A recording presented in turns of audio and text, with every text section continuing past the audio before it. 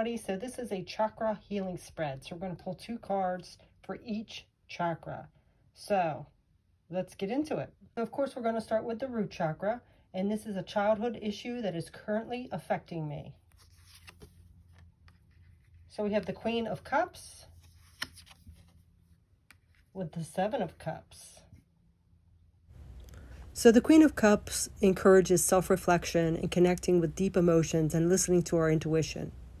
And the 7 of Cups signifies clouded judgment and confusion. So there could be a period with these 2 cards coming together, a period of confusion, a lack of clarity, and difficulty making decisions. These 2 cards together ask us to balance out that logic with the emotion. And decision making should be made with kindness, empathy, but also rationality. A lot of our childhood issues we carry with us like a cloud because we were in that molding form and we take it personally. So it's like letting go of what other people told us, even our parents, because they are people as well and they have their own issues to deal with. So we have to let that go.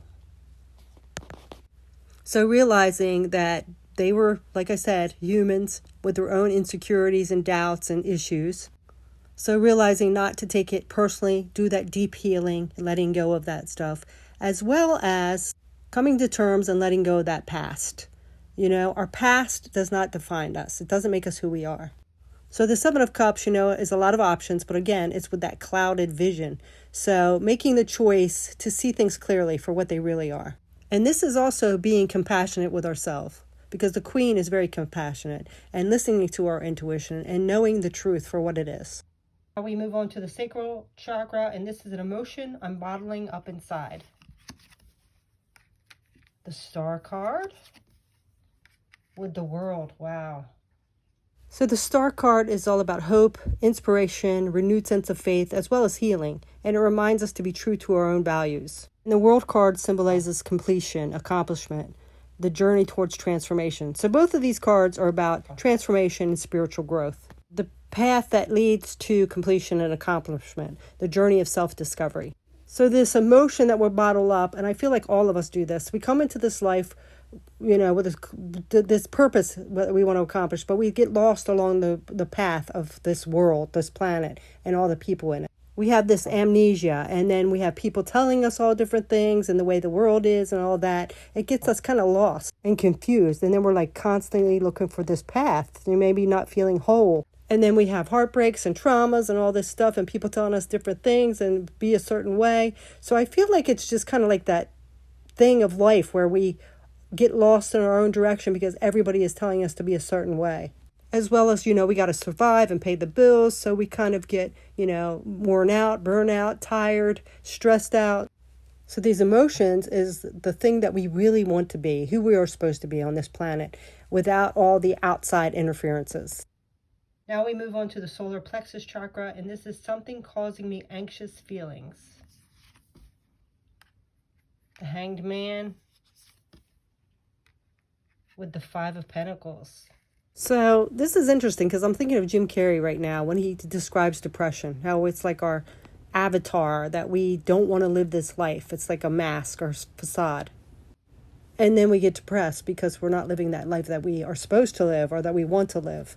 Anyway, the Hanged Man is known as the sacrifice card, and it represents a willingness to let go of something in the present to achieve higher purpose in the future.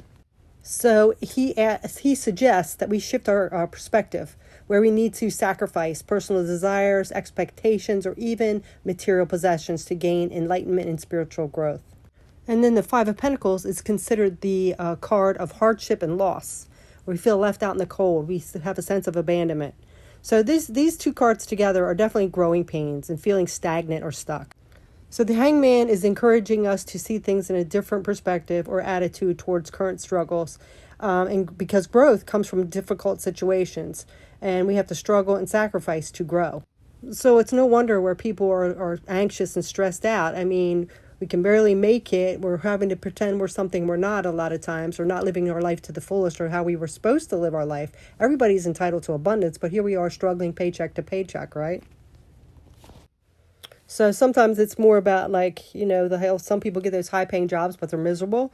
Sometimes it's worth the sacrifice to live the life that you want or live the purpose that you're supposed to. Now we move on to the heart chakra, which is the bridge between the 3 lower chakras, the more material, and the 3 higher upper chakras, which is more connected with our spiritual essence and our soul. So we are on the heart chakra.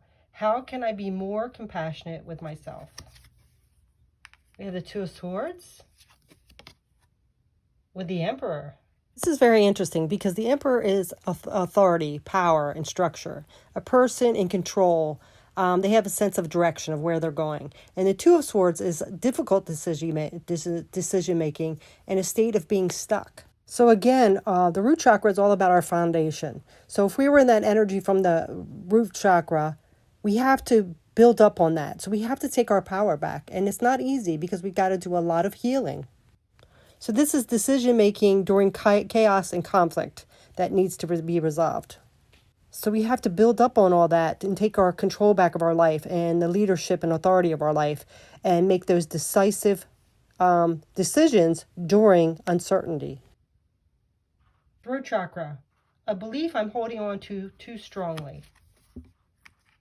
The 4 of Pentacles, talk about holding on so strongly. And the Temperance. So Temperance is all about balance, harmony, moderation, and the need for patience and self-control and inner peace. And the 4 of Pentacles is all about material stability, financial security, and possessiveness. So let's face it, in the public eye and all that, it's all about how much money you have and what do you look like. And everything's so fake and all in the ego. This is believing that you're not worthy because you don't have, the best looks, or we don't have the big house and the fancy car, right? And we know that's all not true, but that's how society and the majority of the world makes us believe in. So, that would be definitely it. I mean, just today, even in the spiritual, inspirational people out there, they're focused more on their material possessions, telling like how they spent this money for this and that, and look at my fancy car and all that. I mean, that is not a way to be. I mean, that's what we're putting out to society. I'd rather see somebody go out and, do something good. Like they talk about like their past, how they went through struggles. Maybe go out and feed the homeless or go work at a shelter or something. You know what I mean? That's just how society is. So, of course, that's going to make us feel, lower or like we're not worthy of something. And sadly, we see that all the time, that people are treated differently because of their status. So even though we know deep down that that's not true, we're constantly bombarded with that. So our inner mind, our inner thoughts might tell us that. How can I connect with my life's purpose? The Empress with the 3 of Cups. So the Empress is all about feminine energy. It's like nurturing and abundance, fertility. The 3 of Cups is about celebration, joy, and friendships. So self-care, of course, nurturing ourselves, as well as our people that do support us. So celebrating life too, and not like taking so much emphasis on what other people say that are critics or believe things that we don't believe. This is also about gratitude, appreciating the things that we do have, right? So I feel like that's what it is, celebrating who we are, counting our blessings. And those people that are in the ego and they're criticizing or in materialistic, it's honestly feeling grateful that we aren't them, right? Crown chakra. How can I deepen my connection to the divine, which is universe, God, or spirit, whatever your belief is? How can I deepen this connection? The King of Swords with the Queen of Swords. Wow. So the Queen of Swords is analytical, rational, perceptive. She cuts through illusions and gets to the heart of the matter, where the king is analytical and logical and possesses a great deal of knowledge. He makes tough decisions. But this is the king and queen of swords, so a partnership. So I feel like this could be, connecting to others, but I also feel like this is connecting to our own divine feminine and masculinity within us and balancing that energy out, where we have a healthy dose of assertiveness and protection and control, as well as that nurturing, compassionate, intuitive, divine feminine part. But also balancing that rationality with our emotions. Because when we're too much in our head overthinking, that just stresses us out and makes us anxious and we can't see the problem clearly. But then if we're too much in our emotions, again, it clouds our energy and we're all over the place, right? So I hope this helped you. I thought it was interesting, and I hope it did some good and helps you to realize, that we can't take anything personally. The people that taught us were kind of messed up as well. They were going through their own issues. We can't let society control our path or our purpose or make us feel less than. And we have to heal that energy and start being in control of ourselves and mastering our emotions. So thanks so much for watching. Have a beautiful night. Take care.